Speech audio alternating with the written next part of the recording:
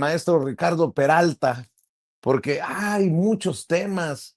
Antes de abordar el tema de las próximas elecciones, sobre todo en la Ciudad de México, le quiero pedir su opinión acerca de esta nueva campaña contra la mañanera, en la que desafortunadamente hay voces pues muy progresistas que no sé si decir están chafeando o están calculando mal el momento de criticar la mañanera. Desde tiempos de Broso, desde tiempos de Loret, hemos dicho que hay una intención de acabar con la mañanera, levantando falsos. Ayer leíamos la columna de Jorge Cepeda Patterson. Muchos se me enojaron, decían que estaba exagerando cuando decía que hacía mal Jorge Cepeda Patterson en ponerse en el mismo saco de los Rivapalacio. Bueno, pues ahí le va. Hoy Rivapalacio, hoy Rivapalacio. La propaganda ya no alcanza. La propaganda del gobierno ya no está dando resultados. La propaganda está dejando de ordenar la realidad para la mayoría de la población, pasando a ser percibida como un intento de manipulación. La mañanera es un lastre. No, no es Cepeda Patterson, es Raimundo Rivapalacio. Cepeda Patterson dice que la polarización desde la mañanera es culpa de los amarranavajas, pero como nos mete a todos en el mismo saco, por eso digo, ¿qué está pasando? ¿Qué está pasando, doctor? Como dice Martinoli cuando está narrando a, a, a, junto a Jorge Campos y a Luis García. Dice Raimundo Rivapalacio, la mañanera es un lastre. No es lo mismo que el actor central de ese circo sea un vago que aprendió en el PRI el arte de la elasticidad como lo es Andrés Manuel López Obrador, que Sheinbaum, que no tiene esa formación ni la cara dura o la capacidad histriónica para salirse del hoyo con una broma o dejar que todo se le resbale sin mostrar su nerviosismo o su mal humor. El exceso de exposición ya no le genera inmunidad. Audiencias que antes reaccionaban positivamente empiezan a ignorar o incluso rechazar activamente los mensajes. Es el fenómeno de ruido blanco, la propaganda sigue, pero ya no impacta. Pues a mí lo que se me viene a la mente es que le sigue ardiendo a toda esta clase política y de la prensa que se siente iluminada, tocada por Dios, le sigue ardiendo que no sean ellos los que dicten los temas y que sea la mañanera el espacio del debate, eh, un ejercicio de libertad de expresión en donde se les refute, se les exhiba por sus mentiras, en fin, para entrar, porque vamos a hablar del proceso del 2027, en donde también las mañaneras, en donde también las narrativas serán importantísimas. Tu opinión, mi querido maestro Ricardo Peralta, ¿cómo estás? No te escucho, hermanito. Perdóname. A ver si le prendes allá al micrófono. A ver, Ceci, ¿soy yo? Perdóneme, Ceci. ¿Soy yo o es Ricardo? A ver, que le pique A en el ver si me botón. escuchan, me Ahí, escuchan, me escuchan. ahí te ¿Me escucho. escuchas mejor? Sí. Bueno, una disculpa. Te decía que, como siempre, mi querido Vicente, empiezas estas pláticas con el machete desenvainado. Ya no es la espada, es el machete desenvainado, hablando de temas que a todos nos interesan. Mira, hay que ubicar cuál es la intención de un comentario como el que hace el personaje, más allá del contenido que hay que tomar en consideración, quién es el emitente del mensaje. Imaginemos un escenario donde se reúnen en una especie de cuarto de guerra diversos personajes de la oposición, diversos voceros de la oposición, para hablar de las narrativas que tienen que colocar en el ambiente político, en la opinión pública, porque todos se han ido desgastando muy rápidamente. Hace apenas 72 horas el tema era el AIFA. Hace algunos días han tratado de refritear temas como el huachicol, han hablado acerca de la reforma electoral, y han visto que los temas que toca la oposición y que son posicionados en sus medios de comunicación, ya no podemos hablar de manera plural los medios de comunicación, no, en sus medios de comunicación tienen la intención y son medidas los posicionamientos, cuánto tiempo permanecen en la opinión pública. Imaginemos ese escenario. ¿Qué les está pasando a los voceros y a los comunicadores de la oposición? Que no logran mantener los temas en la opinión pública porque las mediciones de impactos, de miles o millones de impactos, no son suficientes porque los impactos son de bots. Las replicaciones orgánicas de personas reales, de carne y hueso, son mínimas. Por eso se caen muy rápidamente. Tienen sin duda un impacto importantísimo, ficcioso. ¿Por qué? Porque son también calculados con base a los impactos de los propios robots. ¿Qué significa esto? Que dentro de los programas que tienen de inteligencia artificial, venden que llegaron a tantos millones de personas, incluso en el extranjero. En ese cuarto de guerra, donde se deben de reunir diversos actores, comunicadores de la oposición, dejámoslo esto muy claro, no son periodistas orgánicos, no son periodistas profesionales, son contratados por la oposición, que tiene esto ligas más allá de nuestras fronteras, y que llegan también a comunicadores locales, y estoy hablando de comunicadores locales en los municipios, o sea, estoy hablando de comunicadores nacionales, comunicadores estatales y que llegan hasta los municipios con una misma directriz, con un mismo presupuesto, con presupuestos locales también, de algunos actores de oposición que se ven en este momento acorralados. ¿Quiénes son los patrocinadores? Es la otra pregunta. Nacionales. Los internacionales ya sabemos de dónde vienen. Sabemos que incluso hay ofertas atractivas de gobiernos extranjeros para posicionar temas. Eso ha sucedido hace décadas en el mundo, no solamente en México.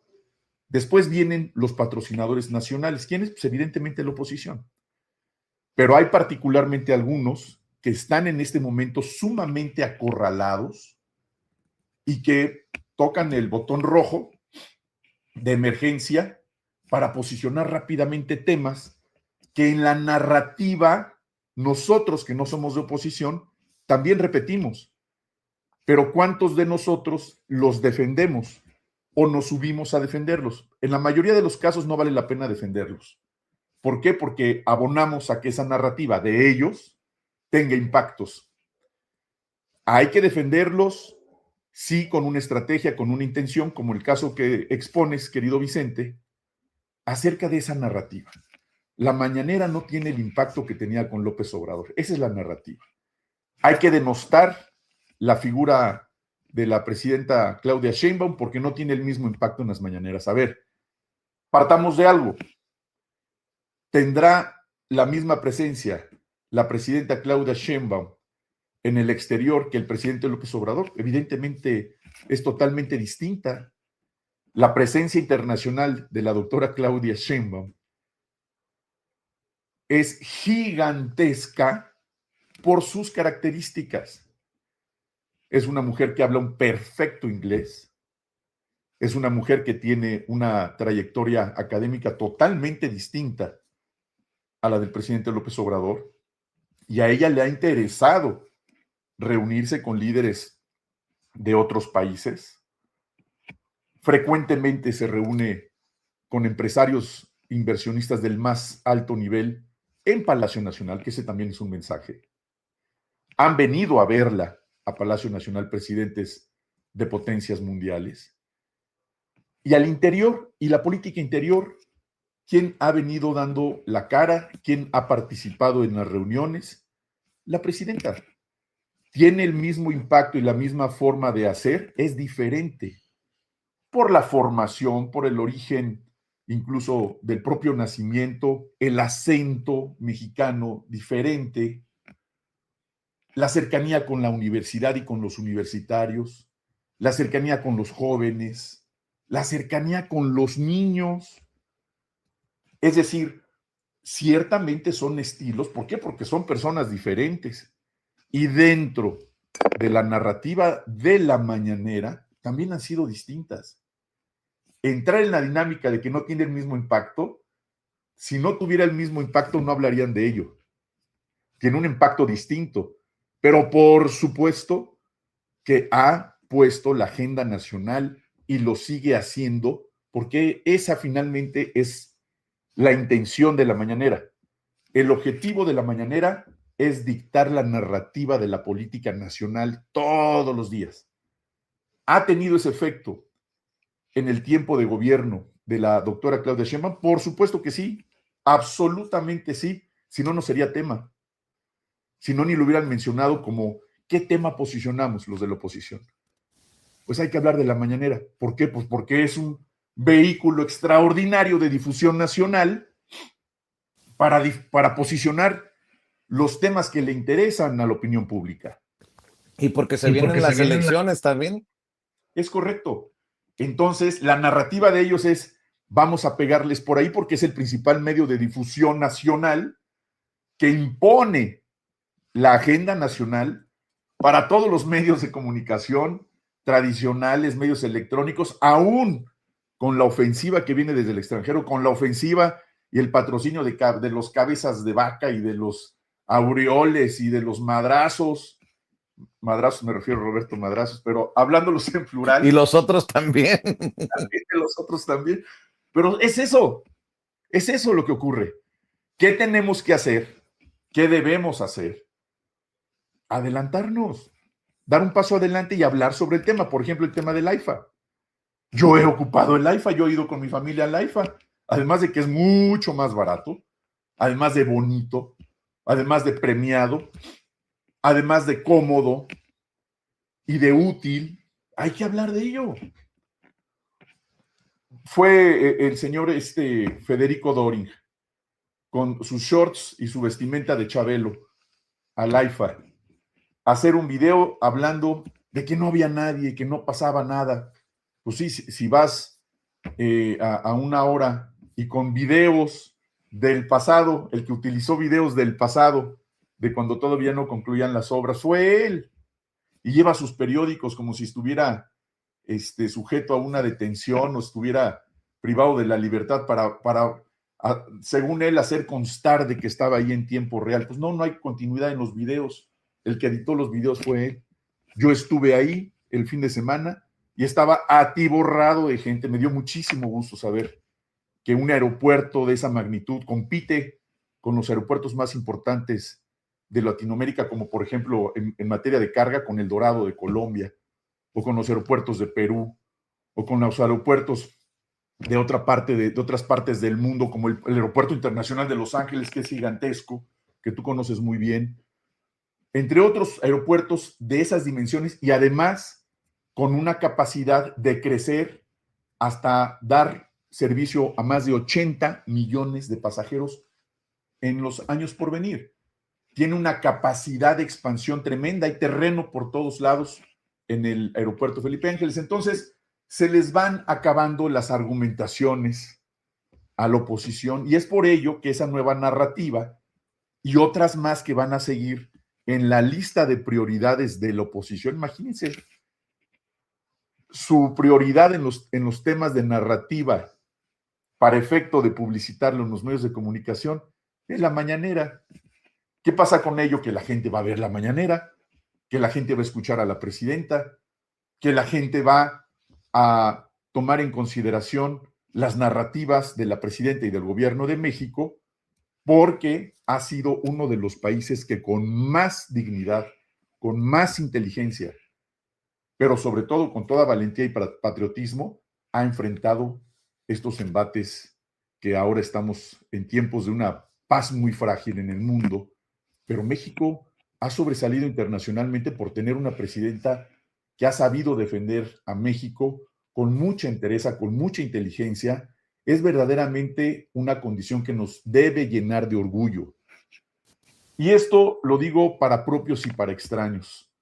¿Qué pasaría si hubiéramos tenido un gobierno, imagínense ustedes, otro caso hipotético, como Xóchitl Gálvez?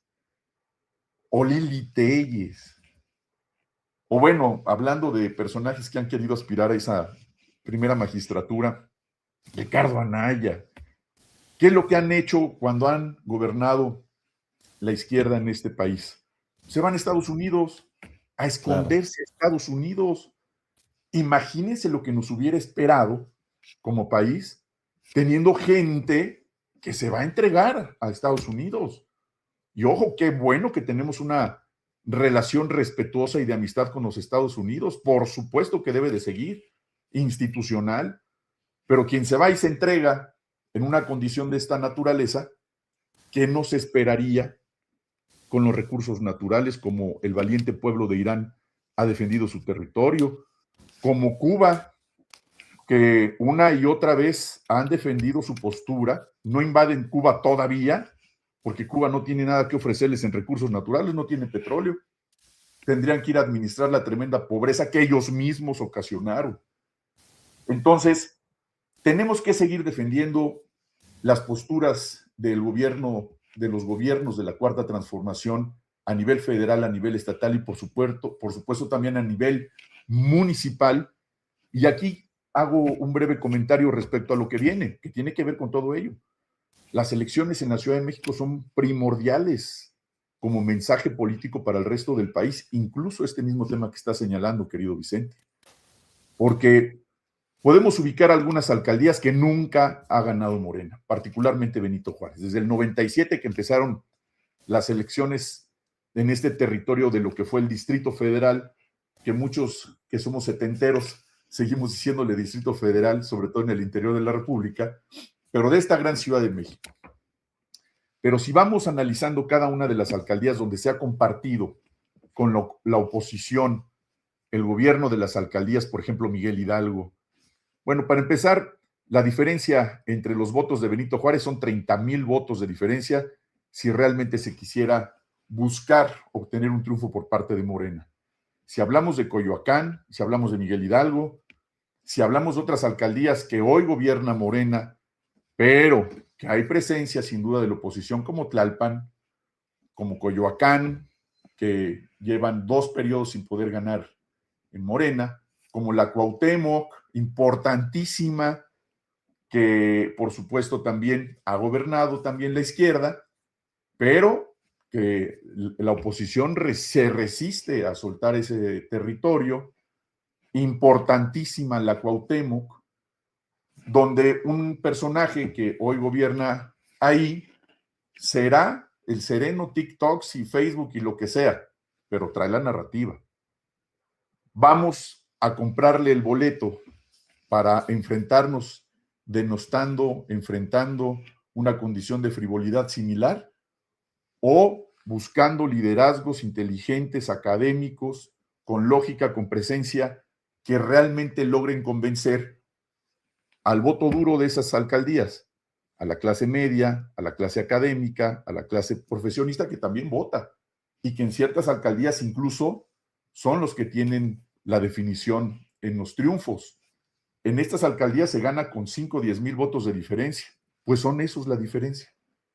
Existen los candidatos para acudir a una pelea de encuestas real, donde se dejen acompañar por los vendedores ambulantes, que son miles y muchos domiciliados en las alcaldías, con los comerciantes establecidos, con los transportistas, con los vecinos, en un ejercicio real, insisto, no un ejercicio de sectarismo, donde empiecen a ir haciendo una división de territorio solamente para grupos, para un grupo dentro de un propio partido, dentro de un propio sector, dentro de los gobiernos locales, me refiero a las alcaldías y el propio gobierno de la Ciudad de México, con las definiciones de los más cercanos a, pero los más lejanos a los electores. Los que tienen cercanía con los medios de comunicación, los que tienen empatía con los universitarios, los que tienen empatía con los empresarios que también votan y movilizan al electorado. Yo creo que todos estos factores, más allá que sin duda las encuestas serán las que definan esas candidaturas, se tienen que tomar en consideración incluso la frescura con la que se presenten los nuevos candidatos a esas posiciones, particularmente me refiero a las alcaldías. ¿Por qué? Porque recordemos también que hay 18 capitales estatales gobernadas por la oposición a nivel nacional. 18 capitales estatales gobernadas por la oposición. El mensaje de quiénes serán los candidatos para las alcaldías en la Ciudad de México impacta a nivel nacional el efecto y la definición también del electorado nacional. Por supuesto que sí, es un mensaje político, es un mensaje de narrativa. Respecto a lo que me decías al principio de esta transmisión, es un mensaje de que la narrativa de este señor Riva Palacios respecto al tema de la presidenta en la mañanera ya no es atractivo. Claro que no, es súper atractivo ver la mañanera y muy atractivo escuchar a la presidenta defender ciertos temas. Por ejemplo, la semana pasada, ¿qué dijo la presidenta de Riva Palacios? Pues que no era un periodista, que era un escritor de ciencia ficción. ¡Claro! Por supuesto que lo es. La presidenta sí lo dijo, Riva Palacios es un escritor de ciencia ficción, lo es y lo será, y así será conocido por el resto de sus días. Quedó marcado de por vida, trae un tatuaje imborrable. Riva Palacios, quien lo vea, quien lo escuche, repetirá hasta nuestros últimos días, querido Vicente, que Raimundo Riva Palacios es un escritor de ciencia ficción menos periodista. Eso quedó grabado en el imaginario y en la realidad del mexicano. Punto, se acabó. Esa es la importancia de la narrativa desde la mañanera. Raimundo Riva Palacios es un escritor de ciencia ficción, no periodista, y eso se quedó para siempre. Y así será. Esa es la importancia. Por eso vino este golpecito así de, como si aventara uno un granito de sal, así, que ni se oye, ni se siente, ni se nota. Eso es lo que hizo Raimundo Riva Palacios. Querer criticar la mañanera es de verdad de risa. Como bien dijiste, le ardió y bonito a Raimundo Riva Palacios, porque quedó marcado de por vida como el escritor de ciencia ficción que es. Y muchos más que los acompañan tienen más imaginación que Julio Verne, digo, con todo respeto para Julio Verne. Las 20,000 submarinos se quedan cortas, man. Unas historias que yo creo que esas reuniones que tienen ahí de cuarto de guerra han de utilizar psilocibina o veto a saber qué sustancias para empezar a alucinar y a ver si se le ocurre la peor mafufada y por no decir otra cosa y vamos a inventar esta nueva historia para las redes sociales y para las narrativas y ahí van. Y es la lucha por el poder, querido Vicente. Se vale, claro que se vale, porque nos divierte. ¿A quién no le gusta el humor? A todos nos encanta el humor, nos encanta carcajearnos y más carcajearnos de la oposición, mi querido Vicente. Mi querido maestro Ricardo Peralta, ¿por qué no cerramos invitando a la audiencia a tus redes sociales, maestro? Con todo gusto, mi querido Vicente, pues los espero que nos visiten en TikTok como maestro Ricardo Peralta, en la red X, Ricard-Peralta, y en el resto de redes de Facebook y de Instagram, con mi nombre completo, Ricardo Peralta Saucedo. Por ahí visítenos y sigan apoyando este periodismo valiente aquí en Sin Censura, con mi amigo, mi hermano Vicente Serrano, donde se dice la verdad y se dice fuerte además. Y aquí estamos siempre en combate, mi querido Vicente. Muchas gracias, como siempre, hermano. Claro que sí, Ricardo Peralta, además tu columna en el Heraldo de México, ¿no? En el Heraldo de México, en Excelsior, y el fin de semana en el Sol de México también, y en el Soberano, los martes también, para que nos apoyen con su lectura y a compartirlo siempre en combate, mi querido Vicente. Muchas gracias. Venga, te mando un abrazo, Ricardo, estamos al pendiente. Abrazote con cariño, querido Vicente. Gracias, Cuídate, gracias. Saludos. gracias. Fíjese que aquí